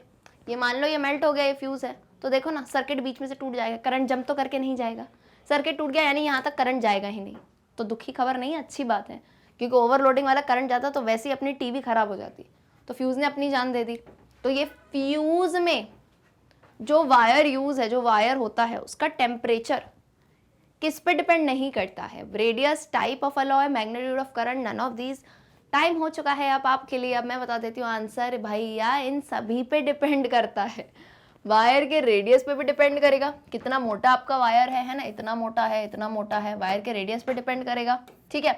दूसरा type of alloy use, type पे हमेशा डिपेंड करता है क्या मटेरियल है, क्योंकि सबके अलग अलग मेल्टिंग पॉइंट होते हैं, ठीक है, मेल्टिंग पॉइंट अलग अलग होते हैं तो उस पर डिपेंड करेगा। करंट के मैग्नीट्यूड पे अभी मैंने आपको एक वर्ड कहा ओवरलोडिंग करके। ओवरलोडिंग यानी क्या, करंट बहुत ज़्यादा हो जाएगा तब भी दिक्कत होती है, तब भी जो है फ्यूज़ वायर उड़ जाता है। तो मैग्नीट्यूड ऑफ करंट पे बिल्कुल डिपेंड करता है। अच्छा, मैग्नीट्यूड वर्ड का यूजुअली मतलब समझ नहीं आता है तो आज समझ लो, मैग्नीट्यूड मतलब नंबर बोल दूँ, नंबर, जैसे 2 एम्पियर करंट है, 10 एम्पियर करंट है, 50 एम्पियर है, तो जो नंबर बता रही हूँ ना मैं उसे मैग्नीट्यूड कहते हैं। ठीक है, तो इन सब पे डिपेंड करता है। और क्वेश्चन में पूछा है डज नॉट डिपेंड, तो भैया इन तीनों पे तो डिपेंड करता है, तो यानी आंसर हो जाता है नन ऑफ दीज। यानी क्वेश्चन नंबर 17 का आंसर हो गया ऑप्शन नंबर डी। चलिए 3 क्वेश्चन और बचे हैं। क्वेश्चन नंबर 18, इसका भी आंसर बताइए जल्दी से। टिल द टाइम क्वेश्चन पढ़ लेते हैं। A current flows in a conductor from east to west. The direction of the magnetic field at a point above the conductor is towards north, towards south, towards east, towards west. अच्छा भाई, एक conductor है, मतलब diagram बना के बता दे रही हूँ, सॉल्व आप ही करो, आंसर बताओ इसका जल्दी से। मान लो बेटा एक कंडक्टर है, इसमें जो है करंट कहाँ फ्लो कर रहा है, ईस्ट टू वेस्ट। अब ईस्ट टू वेस्ट फ्लो कर रहा है तो कंफ्यूज मत हुआ करो, 2 मिनट के लिए ना ये एरो बना लिया करो, north south east west. 2 minute नहीं लगे, 2 मिनट भी नहीं लगे, 2 सेकंड लगे हैं, ये बना लिया करो। इसके बाद कहानी प्रोसीड किया करो। क्यों? क्योंकि छोटी छोटी चीज़ों में गलती कर दी ना तो मार्क्स लूज कर दोगे, है ना। कोई शर्म की बात नहीं है कि देखो पलक मैम भी सामने बना रही हैं, हो जाती हूँ मैं भी कंफ्यूज, तो आराम से ये बनाओ, नॉर्थ साउथ ईस्ट वेस्ट। अब क्या बोल रहे हैं, करंट जा रहा है फ्रॉम ईस्ट टू वेस्ट। अपने लैंग्वेज में चीज़ों को कन्वर्ट करने की कोशिश क्या करो। ईस्ट से वेस्ट जा रही है, तो ईस्ट कहाँ है भाई, ये रहा, वेस्ट कहाँ है, ये रहा, तो यानी ऐसे जा रही है, राइट टू लेफ्ट जा रहा है करंट, जा रही है करंट, जो भी है ना, ये जा रही है करंट, जा रहा है।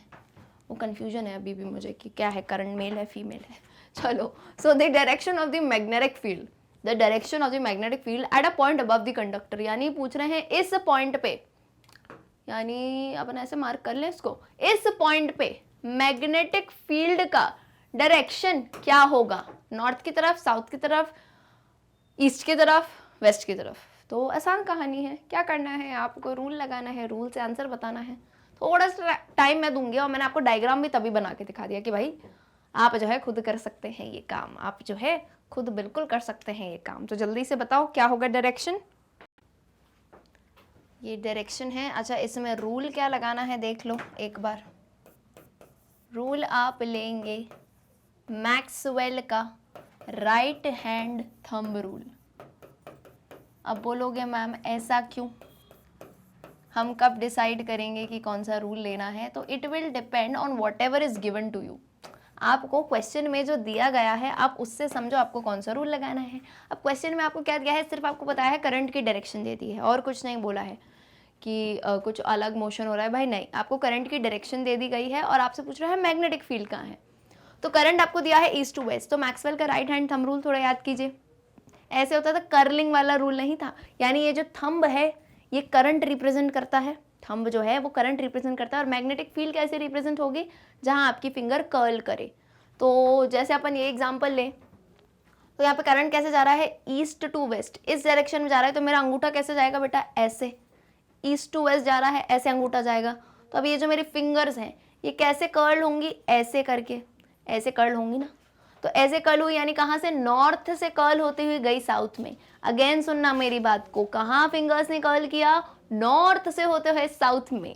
तो यानी मैग्नेटिक फील्ड कहाँ पॉइंट करेगी, टूवर्ड्स नॉर्थ, कहाँ पॉइंट करेगी, टूवर्ड्स नॉर्थ। तो ये सिंपली आपको बस इसमें समझना क्या होता है कि मैम रूल कौन सा लगाना है। तो मेरी एक सजेशन है, जो पूरा अपन ने चैप्टर पढ़ा है ना, उसके लिए आप क्या करो, जितने भी रूल्स हैं उनको एक जगह लिख लो, चाहे फ्लेमिंग के राइट लेफ्ट रूल हो, मैक्सवेल के रूल हो, इनको लिख लो। और उसमें सबसे पहली चीज़ ये लिखना कि ये रूल लगाना कब है, एंड बार बार उसको देखते रहना क्वेश्चन सॉल्व करना, तो कहानी समझ आ जाएगी।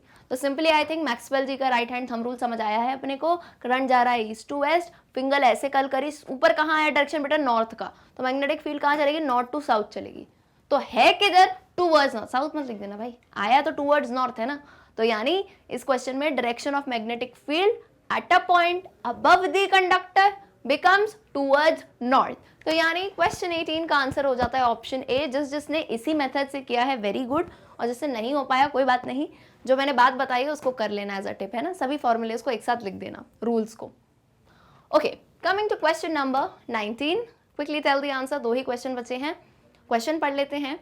When a fuse is rated 8 ampere, it means it will work only if current is 8 ampere, it will burn if current exceeds 8 ampere, it will not work if current is less than 8 ampere, या फिर it has a resistance of 8 ohm। अच्छा सा simple सा question है। Fuse अपन ने पढ़ा था वही सेफ्टी डिवाइस वाला। फ्यूज की रेटिंग होती है, जैसे भाई अपन बल्ब की रेटिंग करते हैं, अप्लायंसेस की रेटिंग होती है, वैसे फ्यूज की अपनी रेटिंग होती है। अगर किसी फ्यूज की आपको रेटिंग दे दी है 8A, ए यानी क्या होता है एम्पियर, इसका मतलब क्या है? रेटिंग तो आपने दे दी, उसका मतलब तो समझाओ, A, B, C या D में से। और ये मैं अच्छे से बता चुकी हूँ, तो उम्मीद करती हूँ इसका आंसर वक्त नहीं लोगे और जल्दी से कमेंट करके बताओगे। क्वेश्चन नंबर 19, फ्यूज़ की रेटिंग 8 एम्पियर, यानी ऐसा कुछ हमारा फ्यूज़ है, उसको हमने रेटिंग दे दी है 8 एम्पियर, है ना। पीछे ही फ्यूज़ मैंने आपको बना के बताया था, तो कहानी समझ जाओगे। चलो भाई, फ्यूज का काम क्या होता है? बोलो मैम, सोल्जर है, रक्षा करता है। तो रक्षा में केसेस होते हैं। केसेस हुए यानी क्या कि अगर करंट, अभी मैंने एग्जांपल दिया था यार ओवरलोडिंग का। ओवरलोडिंग मतलब क्या? करंट जो है गलती से जरूरत से ज्यादा आ गया, कि जैसे मान लो आपका यहाँ पे टीवी है ना, टीवी फिर से ले लो, है ना, टीवी है यहाँ पे, किसका? फ्यूज का रेटिंग है 8 एम्पियर, ऑलराइट। और टीवी का जो रेटिंग है उसका भी रेटिंग मान लो, उसका मान लो 9 एम्पियर है, ठीक है, 9 एम्पियर है या 8.5 कुछ ऐसा अपन ले लेते हैं, ठीक है। तो फ्यूज की रेटिंग यूजुअली या तो जितना अप्लायंस है उसकी रेटिंग होती है या उससे थोड़ी कम होती है, तो मैंने इसलिए हल्का सा डिफरेंस लिया है। अब मान लो गलती से जो है करंट आ गया, ओवरलोडिंग हो गई, 10 एम्पियर करंट आ गया, बाबा रे बाबा, अप्लायंस ही उड़ जाएगा, टीवी चली जाएगी। मैम मैच कैसे देखेंगे? मैच कैसे देखेंगे क्रिकेट का? टीवी ही उड़ जाएगी, 10 एम्पियर करंट आ चुका है। तो इस केस में क्या होता है? इस केस में हालत ऐसी चलेगी कि यहाँ पे 10 एम्पियर करंट आया, कुर्बानी ये देगा, तुम चिंता मत करो, तुम्हारी टीवी नहीं जाएगी। फ्यूज जो है जैसे ही ज्यादा करंट आएगा तो ये बर्न हो जाएगा, ये अपने आप मेल्ट हो जाएगा, बर्न हो जाएगा और सर्किट को तोड़ देगा। खुद मेल्ट हो गया, यानी कोई चीज है मान लो ऐसी बीच में लगी हुई, ये मेल्ट हो गई ऐसे या ऐसे, तो क्या है? सर्किट ब्रेक हो जाएगा। तो यहाँ से सर्किट ब्रेक हो गया, यानी ये देखो जगह ही नहीं बची, तो करंट नहीं बहेगा, बीच में सर्किट ब्रेक हो जाएगा। तो यानी अगर फ्यूज की रेटिंग 8 एम्पियर है, इसका मतलब it will burn if the current exceed 8 ampere. Ma'am 8.5 हुआ तो भी बर्न हो जाएगा, बिल्कुल। एक्सीड मतलब 8 एम्पियर से जितना भी ज्यादा हुआ तो वो बर्न हो जाएगा। ओके, तो यानी क्वेश्चन 19 का करेक्ट आंसर हो जाता है option B. So here comes finally your last question, और ये सॉल्विंग वाला क्वेश्चन है भाई। मैंने सोचा आखिरी क्वेश्चन में थोड़ा टाइम लो और क्वेश्चन को सॉल्व करो। तो till the time I read the question, अच्छा मैं उसके बाद फॉर्मूला भी बता दूंगी क्या यूज करना है, जल्दी से सॉल्व करके बताओ answer. Let's read question number 20। A 2.5 meter long straight wire having mass of 500 gram is suspended in mid-air by a uniform horizontal magnetic field B. ठीक है, if a current of 4 ampere is passing through the wire, then the magnitude of the field is A, B, C या D। Tesla में आपको दी गई है magnetic field कितनी होगी। तो अब वर्ड प्रॉब्लम है और वर्ड प्रॉब्लम में दिमाग उलझता है ना, लेकिन कोशिश करो इस क्वेश्चन को सॉल्व करने की। एंड हिंट दे देती हूँ, हमेशा क्वेश्चन कैसे सॉल्व किया करो, जो भी बेटा मेरे क्वेश्चन में दिया है, B it maths B it any subject, जहाँ सॉल्विंग करनी हो वहाँ क्वेश्चन का गिवन लिख लिया करो। किस में? लेटर में। जैसे कि मैंने आपको क्या बताया है, 2.5 मीटर लॉन्ग स्ट्रेट वायर, तो वायर यानी क्या? वायर की लेंथ है, एल से रिप्रेजेंट करते हैं, है कि नहीं? ऐसे लिखोगे तो जितने फॉर्मूला आपने लिखे हैं अपनी कॉपी में आपको याद आएंगे कि कौन सा वाला लगाना है। क्योंकि I have seen a lot of students, सही बात बता रही हूँ, बिल्कुल प्रैक्टिकल, बोलते हैं कि मैम फॉर्मूला हमें सभी याद है। मतलब ऐसे, चलो वो तो अलग ही कैटेगरी है जिनको याद भी नहीं होते, एक कैटेगरी ऐसी भी है फॉर्मूला सब याद है लेकिन मैम फिर भी क्वेश्चन नहीं बनते। ऐसा क्यों? क्योंकि पता ही नहीं है कौन सा वाला कब यूज़ करना है ना। तो वो कैसे पता चलेगा? गिवन लिखते हो ना, ये गिवन बहुत ही छोटी सी चीज़ लिखती है लेकिन नहीं है, यहाँ लिखोगे तो आपके दिमाग में फॉर्मूला घूमेंगे। तो ये मीटर में हो गया, मास को एम से रिप्रेजेंट करते हैं, 500 ग्राम लिख देते हैं, इसको केजी में कन्वर्ट कर दो, है ना, 0.5 केजी ले लो क्योंकि मीटर में है, इसको केजी में ले लो। It is suspended in mid air by uniform horizontal magnetic field भी, ठीक है। If a current of 4 ampere, current को किससे रिप्रेजेंट करते हैं? कैपिटल आई से, तो 4 एम्पियर है, एम्पियर ही रहने दो इसको, through the wire, then the magnitude of the field is, आपको क्या निकालना है? कैपिटल बी की वैल्यू निकालनी है, और जी ग्रेविटी आपको कहा है, आप ले सकते हो 10 मीटर पर सेकेंड स्क्वायर के, ठीक है। तो अब अगर आप ये चीज़ें देखोगे ना तो मुझे काफ़ी ज़्यादा उम्मीद है कि कोई फॉर्मूला याद आएगा आपको। फॉर्मूले को रिलेट कर दूँ, फोर्स का फॉर्मूला है वो, फोर्स करके है, एंड हमने थीटा की वैल्यू भी लेनी है उसमें, देखो फॉर्मूला मैं लिख के दे रही हूँ लेकिन सॉल्व आप करोगे। चलो F is equal to I L B sine theta, ये फॉर्मूला है, इसको यूज़ करना है अपने को। अब M आपको जो है फोर्स दिया है और बोलोगे मैम मास और ग्रेविटी की वैल्यू दी है, तो कुछ याद करो, कुछ चीज़ें याद करो, कुछ टाइम लो और इसका आंसर बताओ। जब तक जो है हम यहाँ पे खड़े हैं, जल्दी से बताओ क्या होगा इसका आंसर। आपको क्या निकालना है इस फॉर्मूला में, बी की वैल्यू निकालनी है। तो साइन थीटा भी क्या रखोगे, सोचो समझो, थीटा की वैल्यू क्या लोगे, और एफ तो बोलोगे मैम दिया नहीं है, लेकिन एफ निकाल सकते हो, गिवन में इतनी सारी चीज़ें हैं, थोड़ा दौड़ाओ दिमाग को अपना। कुछ वक्त लो, if you want you can even pause the video for the time, till the time मैं पानी पी रही हूँ, उतना टाइम मिलेगा आपको। बोला मैम इतना जल्दी पानी पी लिया, थोड़ा और पी लो मैम, नाश्ता वाश्ता भी कर लो ताकि हमें टाइम मिल जाए सॉल्व करने को, है ना। So you can pause the video, I have already told, pause करके कर लिया करो सॉल्व, लेकिन उसमें भी ऐसे नहीं है 10-15 मिनट ले रहे हैं अपन, 2 मिनट में करा करो सॉल्व, 2 मिनट से ज़्यादा नहीं लिया करो, ठीक। चलो आ जाओ, मेरी टर्न है। F is equal to I L B sine theta. अब F की वैल्यू तो दी नहीं है डायरेक्टली, अरे यार देखो तो सही, मास दिया है ग्राम कह रही हूँ, ग्रेविटी दिया है, मास दिया है, ग्रेविटेशनल फोर्स दिया है, तो F is equal to M G use करो ना। F is equal to M G ले सकते हैं हम, बिल्कुल ले सकते हैं। अरे यार मैं इसको यहाँ सॉल्व करती हूँ, बहुत भीड़ है उधर, आ जाओ इधर आ जाओ, यहाँ कर रहे हैं ना सॉल्व, कोई दिक्कत नहीं है। F is equal to I L B sine theta, okay. चलो अब F क्या ले लेंगे, taking F is equal to M G and theta कितना लेंगे बेटा, कितना होता है, परपेंडिकुलर होते हैं, हमें पता है, ये रूल लगाते थे लेफ्ट हैंड राइट हैंड, तो कैसा होता है परपेंडिकुलर, यानी थीटा कितना ले लेंगे 90-90 डिग्री, और F ले लो mg। बस अब इससे आगे भी करूँ क्या सॉल्व, इसमें तो स्पीड पकड़ लो, अब इसमें तो मुझसे पहले सॉल्व कर लो। I L B sine 90, sine 90 होता है 1, है ना, साइन 90 की वैल्यू होती है 1। ये सब वैल्यूज मैथ्स में ट्रिग्नो पढ़ते हो याद करनी पड़ेंगी, है ना, बेसिक वैल्यूज याद कर लिया करो। चलो किसकी वैल्यू निकालनी है बेटा, b की वैल्यू निकालनी है, तो क्या करोगे, b को वहीं रहने दो, बाकी सबको उधर ले आओ, mg अपॉन क्या है आई एल हो गया, करेक्ट है। चलो b इज इक्वल टू, अब यहाँ से वैल्यू तो लेते जाओ, m को kg में लेना, 0.5 इंटू 2.5, नहीं 10 ग्रेविटी है, ऊपर नीचे क्या आ गया, करंट 4 है, और लेंथ करंट 4 ही है ना यार, 4 एम्पियर है, परफेक्ट लेंथ है 2.5। इसको सॉल्व कर दो, सॉल्व करने में ज़्यादा दिक्कत नहीं, पॉइंट हटा दो, ठीक है। 5 1 5 5 टाइम्स हो जाएगा 25, 5 1 जा 5, 5 2 जा 10, 2 1 जा 2, 2 2 जा 4, तो मैग्नेटिक फील्ड कितनी आ गई 1.2 टेस्ला, या 1.2 को और क्या लिख सकती हूँ 0.5 लिख सकती हूँ। 0.5 तक इसलिए गई क्योंकि ऑप्शन में मैंने देख लिया था पॉइंट में आंसर, तो 1.2 भी सही है, ऑप्शन में अगर हाफ दिया हो तो वो मार्क करना, 0.5 दिया हो तो वो मार्क करना, तो क्लियरली यार आपका आंसर आ तो गया 0.5, सिर्फ वैल्यूज पुट करनी थी, ठीक है। तो जिसने भी यही आंसर निकालना है बधाई हो आपको, बहुत ही सही आंसर निकाला है, चाहिए तो स्क्रीनशॉट ले लो इसका और आ जाओ यहाँ पे। तो यही फॉर्मूला लगाना, तभी कहती हूँ गिवन लिख लिया करो, तो दिमाग में फॉर्मूला घूमेंगे। आंसर हो जाएगा 0.5 टेस्ला दिया है, बिल्कुल ऑप्शन ए में दिया है 0.5 t यानी Tesla, and it becomes your correct answer. तो भाई इसी के साथ खत्म होते हैं हमारे इंटरमीडिएट लेवल के एमसीक्यू। आई होप आप सभी को ना क्वेश्चन समझ आए होंगे, और लास्ट में जैसे अपनी बात हुई थी कि आप जो है अपने कमेंट सेक्शन में स्कोर बताएंगे विद योर सिटी नेम, ताकि जो है आप लोग देख सकते हैं किसके कितने मार्क्स आए हैं। ये वीडियो पसंद आया हो तो लाइक सब्सक्राइब शेयर करना मत भूलना। मैं आपको फिर से बता दूं कि यार मैग्नेट ब्रेन्स ऐसा प्लेटफॉर्म है जहाँ पे आपको मिलती है बिल्कुल फ्री एजुकेशन, यानी ऐसा नहीं है कि आप हमारे 2-3 वीडियो देखोगे एंड आपको किसी भी टाइप का हम चार्ज या कूपन कोड मांगेंगे, बिल्कुल भी नहीं।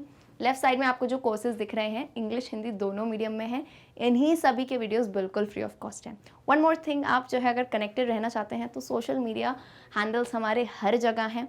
And last but not the least, books and e books की इन्फॉर्मेशन, यानी जितनी भी आपको हमारा क्वालिटी कंटेंट दिखता है सब हमने डाल दिया है मैग्नेट ब्रेन्स की बुक्स एंड ई बुक्स में, यानी theory book, sample papers, test papers, बहुत सारी चीज़ें देखने को मिलेंगी।